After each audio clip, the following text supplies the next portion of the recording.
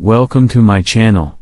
In this video, I will show you how to transfer your Google Photos to a USB pen drive step by step. So, let's get started. First, click your browser and type Google Photos, then press enter. Click on the first official Google Photos website. Select the photos and click on three dots in the top right corner and then click on Download. The selected photos will begin downloading to your computer. When the download is complete, open your Downloads folder and locate the downloaded photos. Now insert your USB pen drive into your computer.